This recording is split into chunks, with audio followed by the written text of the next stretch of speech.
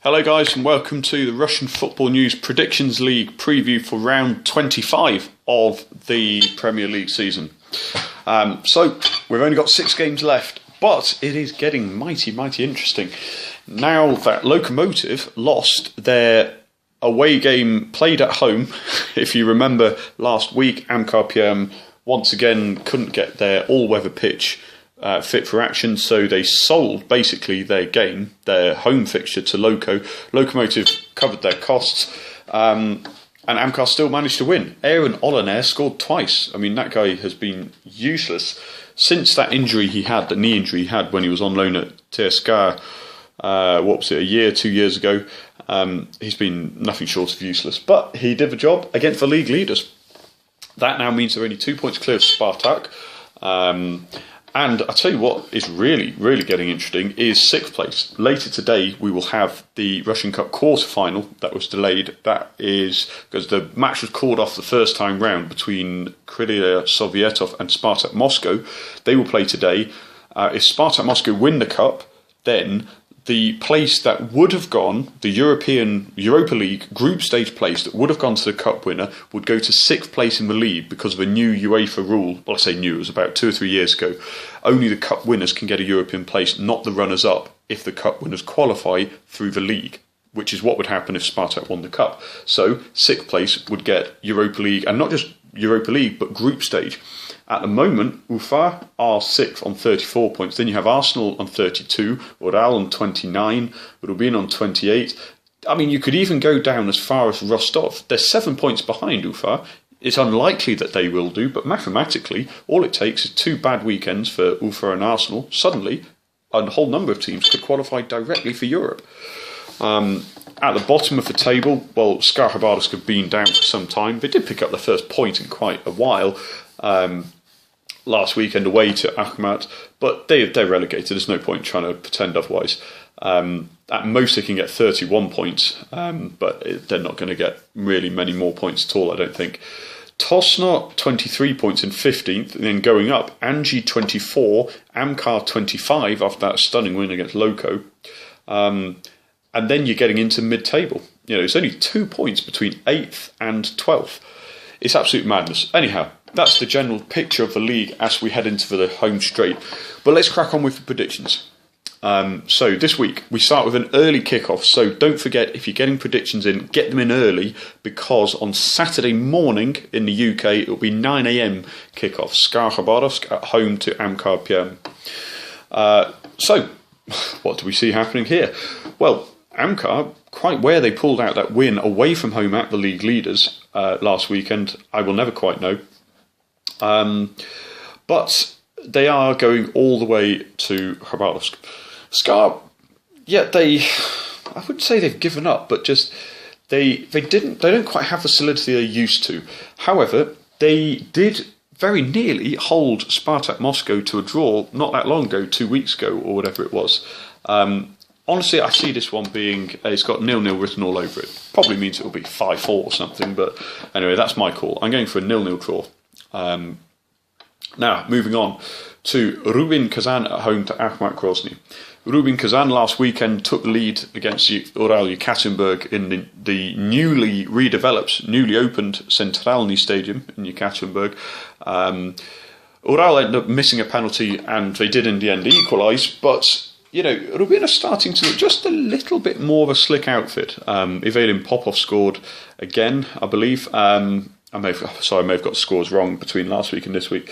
But anyhow, the point is that he is scoring, and they're looking a little bit better, a little bit brighter. Akhmat were very uninspiring. I mean, to fail to score at home to SKA Khabarovsk, it's not as embarrassing as it looks on paper. Like I mentioned, there is the Spartak result not long ago that was very nearly a 0-0 draw.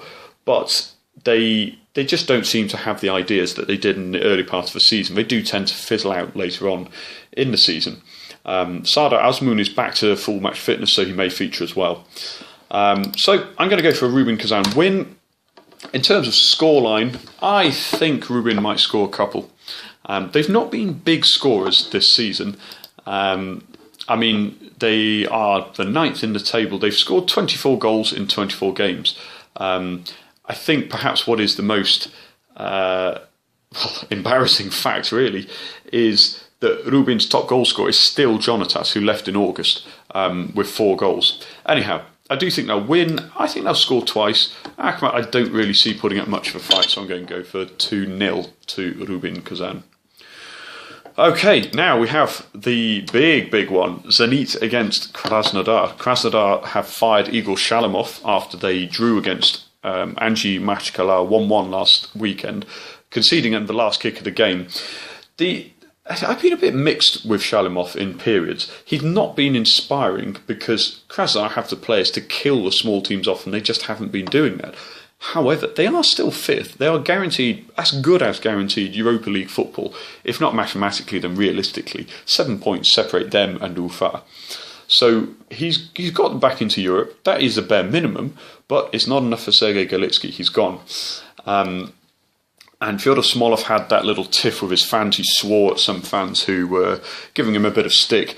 I think, quite honestly, I'm slightly more in favour of Smolov in this one, because I think the way that fans seem to be given free licence to abuse with vile words as much as they want these top stars, and yet they never get checked. But anyhow, he's apologised. Will it affect his mood going into this? We know he's going to leave in the summer. He's been negotiating a leave, a move away for some time. I don't know. Zenit did finally win away from home. Now, this is one of the more bizarre runs, if you like. That is their first, I believe it's their first win in 8 away games. Quite astonishing for a club of their stature.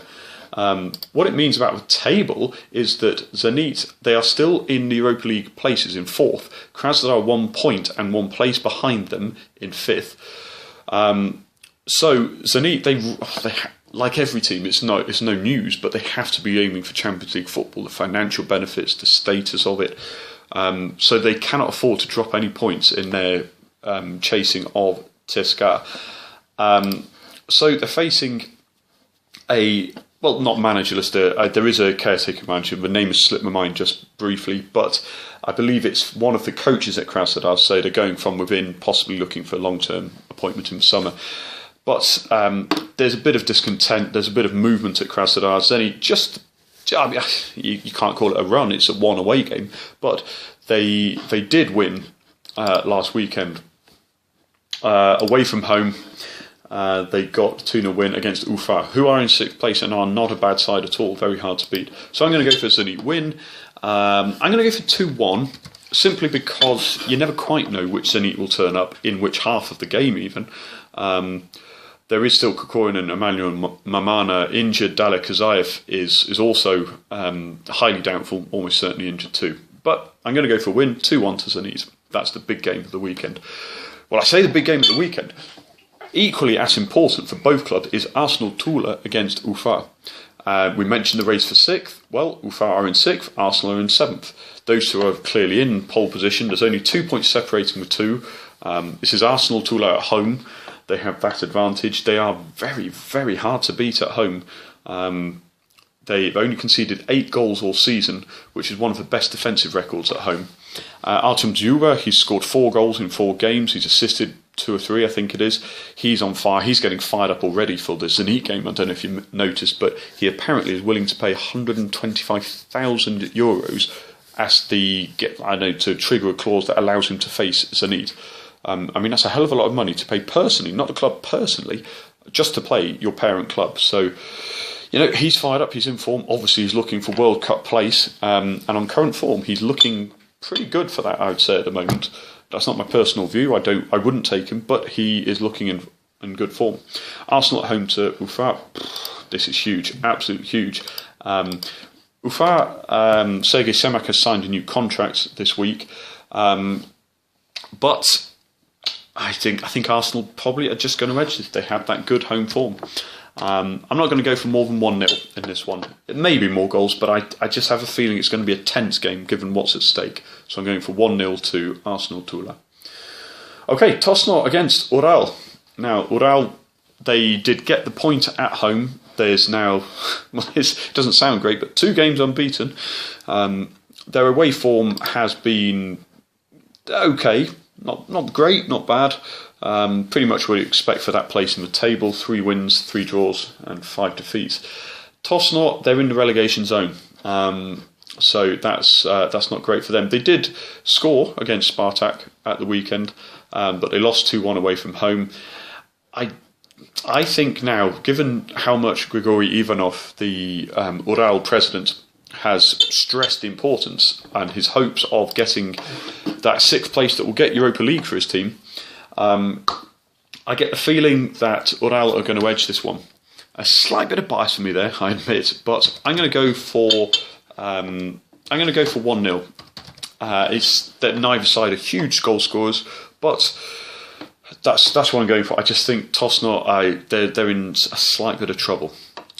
Loko at home to Rostov. Well, the wobble last weekend, that was pretty poor, really, for Loko, because it now gives a bit of a taste, a sense of opportunity to the chasing pack.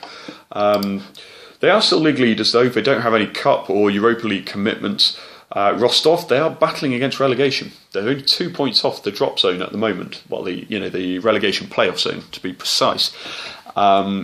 Last weekend, Rostov, they lost to CSKA at home. So both teams coming into this round with a loss. But I think Loko they had the nous to do it. I cannot understand how they lost. I didn't watch the game against Amkar last weekend, but I can't understand how they lost that one. I'm going to go for a win. But again, I'm not going for much. I'm just going to go for 1-0. It's safety first, basically, is what I think Semin will be aiming for. Okay, moving on. And we have Anzhi at home to Spartak Moscow. Anzhi, very impressive. Well, I say impressive, it was good bit of character to get that point last kick of the game against Krasnodar away last weekend. That has given them a 1-point gap between them and the automatic relegation zone and Tosnov.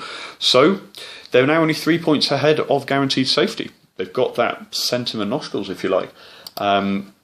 Spartak, though, well, they themselves have their own scent to chase. They are now only 2 points, although they have played 1 game more, 2 points behind Lokomotiv. So if they can beat, again, still a struggling side. They're unpredictable entry, but generally speaking, they are struggling. They have 2 players suspended. Polyakov and Samardzic are both suspended. I think Spartak will just about do it. They are without Fernando, the free kick specialist, but who is suspended as well. But I'm going to go for a win. I'm going to go for 2-1 to Spartak. Okay, now moving on, we've got the Moscow derby, CSKA against Dinamo. In previous years, this would have been played at the ground that they both shared for a while. Oh God, please don't even remind me of Khimki Arena, the worst stadium in Russia, in my opinion. I can't stand the place. Awful to get to, terribly cold, no Wi-Fi at all, very poor public transport. Anyhow, CSKA, well, I really should be on top in this one. They're in 3rd place at the moment, and again, it's the same pressure for all of the top 5. They're chasing Europe. They're only chasing between themselves. They're all pretty much guaranteed mathematically now to be in the top 5, barring some disaster or miracle, whichever way around you look at it. CSKA, 3 points behind Spartak. They're in the Champions League qualifying place, so they go through to qualifiers, not the group stage. I think they're going to win this one. Last weekend, Dinamo, they did beat Arsenal Tula, very impressive result, but CSKA also showed character to win against Rostov away. CSKA have a lot of home games left as well, so they've got a bit between their teeth. I'm going to go for 2-0 to CSKA. Yes, they do have Europa League games against Arsenal tomorrow night and then next week to look at, but I think they are taking the league very seriously. They played a strong team last weekend. Okay, so let me just check. Have we covered all the games there? Yes, we have. That is all. Guys, thank you very much for joining me.